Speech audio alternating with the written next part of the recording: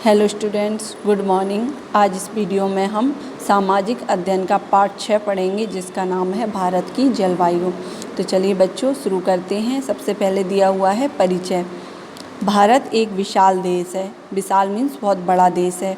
इसकी भौगोलिक स्थिति तथा भौतिक बनावट की विविधता के कारण यहाँ की जलवायु में भी भिन्नता पाई जाती है। तो बच्चों जो हमारा भारत है उसकी जो भौगोलिक स्थिति तथा बनावट है वो क्या है, अलग अलग है सभी जगहों पर, जिस कारण जो भारत की जलवायु है उसमें भिन्नता पाई जाती है।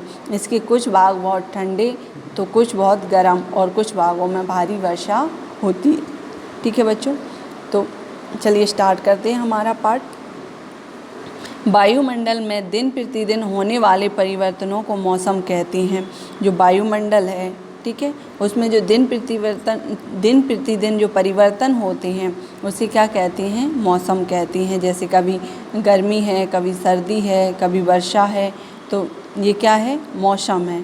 ठीक है, मौसम कभी गर्म या कभी ठंडा होता है, कभी कभी आसमान साफ होता है तो कभी कभी बादल छा जाते हैं। ठीक है, किसी विस्तृत क्षेत्र की औसत मौसम दशाओं में परिवर्तन को उस स्थान की जलवायु कहा जाता है। किसी विस्तृत क्षेत्र यानी बहुत ज़्यादा क्षेत्र में औसतन मौसम दशाओं में परिवर्तन को उस स्थान की जलवायु कहा जाता है। जलवायु स्थान की स्थिति, ऊंचाई, समुद्र से दूरी तथा वायु की गति पर निर्भर करती है।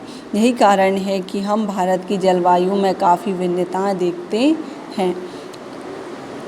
पहली हेडिंग है बच्चों, ऋतु। भारत में मुख्यतः 4 ऋतुएं हैं। नंबर 1 ग्रीष्म, नंबर 2 वर्षा, नंबर 3 शीत और नंबर 4 वसंत ऋतु। तो भारत में मुख्यतः कितने प्रकार की ऋतुएं पाई जाती हैं, 4 प्रकार की। ग्रीष्म ऋतु, वर्षा ऋतु, शीत ऋतु और वसंत ऋतु। ठीक है बच्चों, इन सभी ऋतुओं को हम डिटेल में पढ़ेंगे। सबसे पहले दिया हुआ है हेडिंग ग्रीष्म ऋतु। ग्रीष्म ऋतु की अवधि 16 अप्रैल से 15 जुलाई तक रहती है। तो जो ग्रीष्म ऋतु यानी गर्मियों के दिन होते हैं वो कब से स्टार्ट होते हैं बच्चों, उनके जो समय है वो है 16 अप्रैल से 15 जुलाई तक। ठीक है, जून के महीने में सबसे अधिक गर्मी पड़ती है। जो ग्रीष्म ऋतु है उन दिनों में सबसे ज़्यादा गर्मी जून के महीने में पड़ती है। ठीक है बच्चों, इस ऋतु में उत्तर के मैदानी क्षेत्रों में तेज गर्म हवाएं चलती हैं जिन्हें लू कहते हैं। तो जो ग्रीष्म ऋतु है, गर्मी का दिन है, उस टाइम पे कहाँ जो हमारे उत्तर के मैदानी क्षेत्र हैं वहाँ पर क्या तेज गर्म हवाएं चलती हैं जिन्हें क्या बोलते हैं बच्चों, लू। मरुस्थलीय भागों में भी धूल भारी तेज आंधियाँ चलने लगती हैं। जो मरुस्थलीय क्षेत्र होता है रेगिस्तान वाला, वहाँ पर क्या धूल भरी आंधियाँ चलने लगती हैं। इस ऋतु में उत्तरी भारत की अपेक्षा दक्षिणी भारत में कम गर्मी पड़ती है। जो उत्तरी भारत होता है उसकी अपेक्षा जो दक्षिणी भारत है वहाँ पर गर्मियाँ कम पड़ती हैं। तीन ओर से समुद्र से घिरा होने के कारण गर्म हवाएं पानी के संपर्क में आकर ठंडी हो जाती हैं, जिससे यह भाग अधिक गर्म नहीं हो पाता। तो जो दक्षिण वाला भाग है वो ज़्यादा गर्म क्यों नहीं होता है बच्चों, उसके तीनों तरफ क्या है, समुद्र है। ठीक है, समुद्र से घिरा हुआ है। तब जब गर्म हवाएं चलती हैं तो जो समुद्र की ठंडी लहरें होती हैं उनके संपर्क में आकर वहाँ का जो क्षेत्र है वो क्या ज़्यादा गर्म नहीं हो पाता है।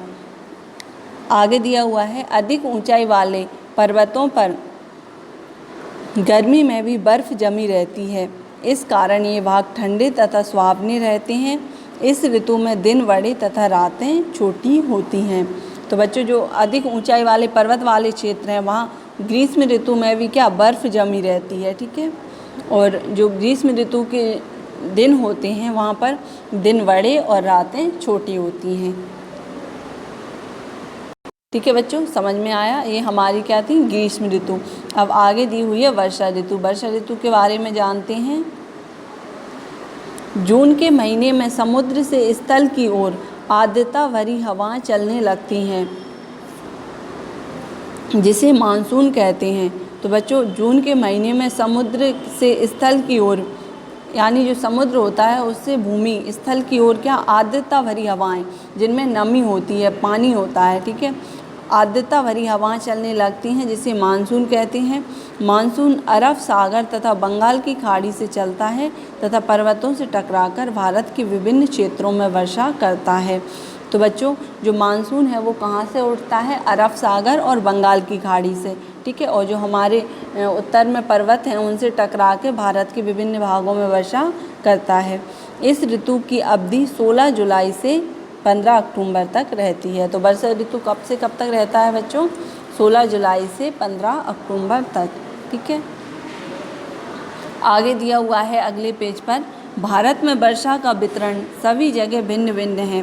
पूर्वोत्तर राज्यों में सबसे अधिक वर्षा होती है जबकि मरुस्थलीय भागों में बहुत कम वर्षा होती है। भारत के अन्य भागों में सामान्य वर्षा होती है। तो बच्चों, जो भारत के पूर्वोत्तर राज्य हैं उनमें क्या बहुत अधिक वर्षा होती है, और जो मरुस्थल वाला क्षेत्र है जैसे कि हमारा राजस्थान वाला क्षेत्र, वहाँ पर बहुत कम वर्षा होती है।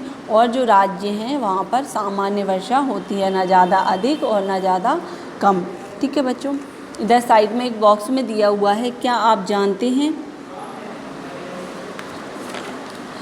समुद्र तटीय क्षेत्र में ग्रीष्म ऋतु व शीत ऋतु में मौसम एक समान रहता है। जो समुद्र के तट वाले क्षेत्र हैं बच्चों, उसमें ग्रीष्म ऋतु यानी गर्मी के दिनों और शीत ऋतु यानी सर्दी के दिनों में मौसम एक समान रहता है। आगे दिया हुआ है, आपने क्या सीखा?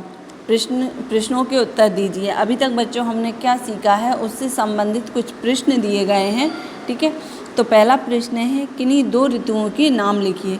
हमने ऋतुएं कितने प्रकार की पढ़ी हैं बच्चों? 4 प्रकार की, ठीक है। ग्रीष्म ऋतु, वर्षा ऋतु, शीत ऋतु और वसंत ऋतु, ठीक है। इसमें से इन चारों में से हमें किन्हीं 2 ऋतुओं के नाम लिखने हैं। तो यहाँ पर हमने लिखा है ग्रीष्म ऋतु और शीत ऋतु, ठीक है। दूसरा प्रश्न है, वर्षा ऋतु की अवधि लिखिए। वर्षा ऋतु की अवधि कितनी होती है बच्चों? 16 जुलाई से 15 अक्टूबर तक, ठीक है। आगे दिया हुआ है शीत ऋतु। अब हम शीत ऋतु के बारे में पढ़ते हैं। वर्षा ऋतु समाप्त होने के पश्चात शीत ऋतु आरंभ हो जाती है। तो शीत ऋतु मीन्स होता है बच्चों सर्दियों वाले दिन, ठीक है। तो ये कब शुरू होती है? जो वर्षा ऋतु होती है उसके समाप्त होने के बाद शीत ऋतु आरंभ हो जाती है। इस ऋतु की अवधि 16 अक्टूबर से 15 जनवरी तक होती है, ठीक है बच्चों। अभी क्या चल रहा है? अक्टूबर का महीना चल रहा है, यानी हमारी शीत ऋतु स्टार्ट हो चुकी हैं, जो कब तक चलेगी? 15 जनवरी तक, ठीक है। देश के अधिकांश भागों में दिसंबर तथा जनवरी के महीने में कड़ाके की सर्दी पड़ती है। तो जो दिसंबर और जनवरी के महीना होता है बच्चों, उसमें सबसे अधिक सर्दी पड़ती है। इस ऋतु में दिन छोटे तथा रातें लंबी होती हैं। तो जो शीत ऋतु होती है उसमें क्या दिन छोटे होते हैं बच्चों और रातें बड़ी होती हैं, लंबी होती हैं। उत्तरी मैदानों तथा मरुस्थलीय क्षेत्रों में दिन सुहावने तथा रातें ठंडी होती हैं। पहाड़ी क्षेत्रों पर बर्फ़ गिरने लगती है। उत्तर भारत में ठंडी हवाएं चलती हैं जिन्हें शीतलहर कहते हैं। इनके चलने से मौसम बहुत ठंडा हो जाता है, ठीक है बच्चों। समझ में आया शीत ऋतु के बारे में। आगे दी हुई है वसंत ऋतु। शीत ऋतु की समाप्ति पर वसंत ऋतु का आगमन होता है। वसंत ऋतु की अवधि 16 जनवरी से 15 अप्रैल तक रहती है। तो जो हमारी वसंत ऋतु है बच्चों, वो कब से स्टार्ट होती है? 16 जनवरी से 15 अप्रैल तक, ठीक है।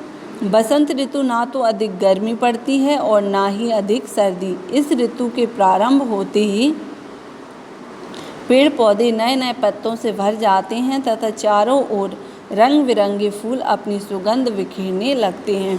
तो बच्चों, जो वसंत ऋतु होती है उसमें ना तो अधिक गर्मी होती है और ना ही अधिक सर्दी, ठीक है।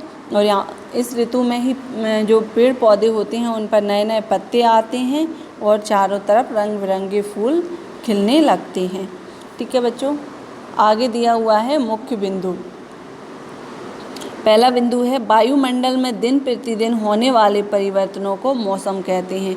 तो जो वायुमंडल में दिन प्रतिदिन परिवर्तन होते रहते हैं उन्हें क्या बोलते हैं? मौसम। दूसरा पॉइंट है किसी विस्तृत क्षेत्र की औसत मौसम दशाओं में परिवर्तन को उस स्थान की जलवायु कहा जाता है। नंबर 3, भारत में मुख्यतः 4 ऋतुएं हैं, ग्रीष्म ऋतु, वर्षा ऋतु, शीत ऋतु तथा वसंत ऋतु। ठीक है। अगला पॉइंट है, बसंत ऋतु की अवधि 16 जनवरी से 15 अप्रैल तक रहती है। ठीक है बच्चों, यहीं पर हमारा ये चैप्टर पूरा खत्म होता है। अगली वीडियो में हम इसके अभ्यास प्रश्न सॉल्व करेंगे। जब तक आप इस चैप्टर को और अच्छे से पढ़ना, ठीक है, वीडियो को अच्छे से देखना, फिर अगली वीडियो में हम अभ्यास प्रश्नों के साथ मिलेंगे। बहुत बहुत धन्यवाद।